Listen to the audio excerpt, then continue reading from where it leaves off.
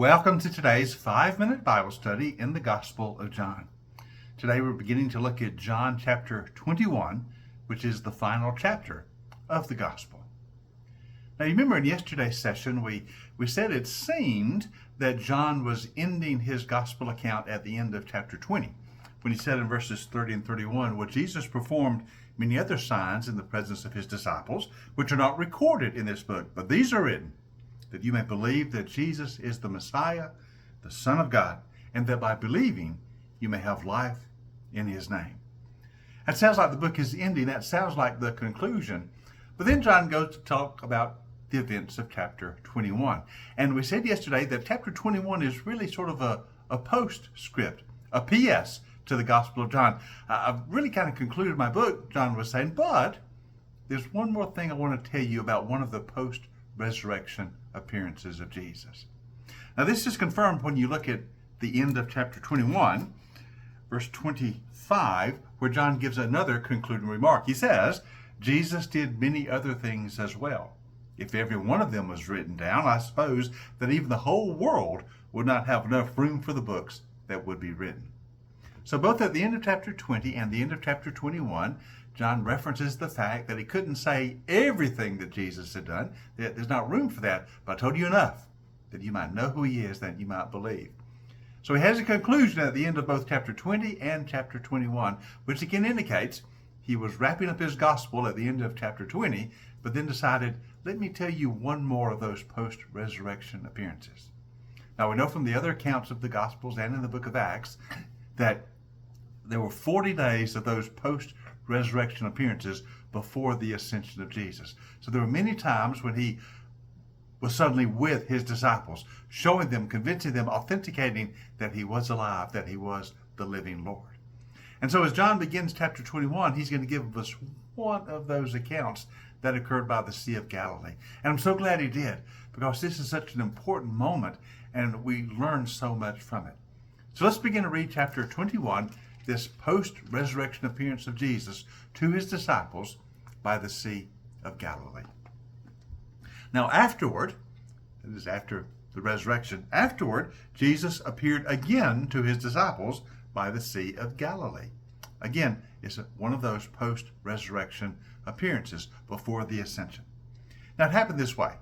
Simon Peter, Thomas, also called Didymus, Nathanael from Cana in Galilee, sons of Zebedee, two other disciples were together.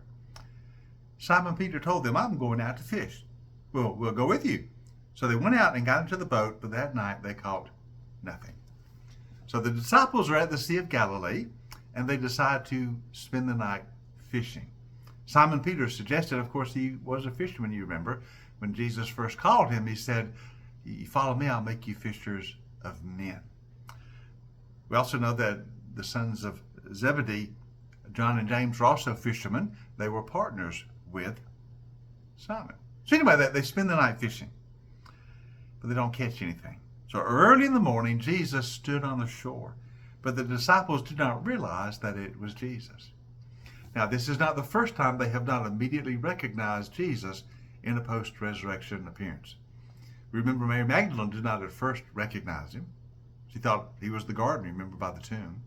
Remember, the two disciples on the road to Emmaus did not recognize him until he was revealed in the breaking of the bread. So Jesus is on the shore as they're coming in, and they don't immediately realize who it is. He calls out to them, "Friends, haven't you any fish?" "No," they answered. He said, "Throw your net on the right side of the boat, and you will find some." And when they did, they were unable to haul the net in because of the large number of fish. So Jesus suggests they cast the net one more time on the other side of the boat, and they haul in this great amount of fish. Now this is very similar to an event that had occurred within the Gospels when Jesus was first beginning to call his disciples, and they had had a night of no luck fishing, and he tells them to cast their net again, and they do so, catching a huge amount of fish. It's happened before, and now it happens again, and this is what leads them to understand this is Jesus. It is the Lord. Then the disciple whom Jesus loved, that's John, he said to Peter, "It is the Lord." As soon as Simon Peter heard him, he said, "It is the Lord." And he wrapped his outer garment around him. After he had taken it off, he jumped into the water. The other disciples followed in the boat. They were towing the net full of fish, for they weren't far from shore, and they were about 100 yards.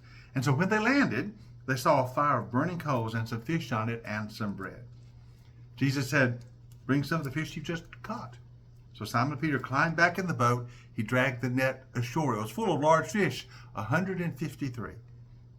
They counted it. But even with so many, the net was not torn. And Jesus said, "Come and have breakfast." None of the disciples asked, "Who are you?" They knew it was the Lord. So Jesus came, he took the bread, he gave it to them, he did the same with the fish. This was the third time Jesus had appeared to the disciples after he was raised from the dead. So Jesus prepares breakfast for them there on the shore. They know it's the Lord, and they sit down to eat with him. What a wonderful moment. A miracle was replicated or redone from earlier in his ministry. That's how they recognized him, with the casting the net on the other side. They catch this huge amount of fish. They know it's the Lord, and they sit down to have breakfast with him. And this sets the scene for a very, very important moment, especially for Simon Peter. The scene is set for Jesus to have a conversation with Simon Peter about, "Do you love me?" But we'll look at that tomorrow.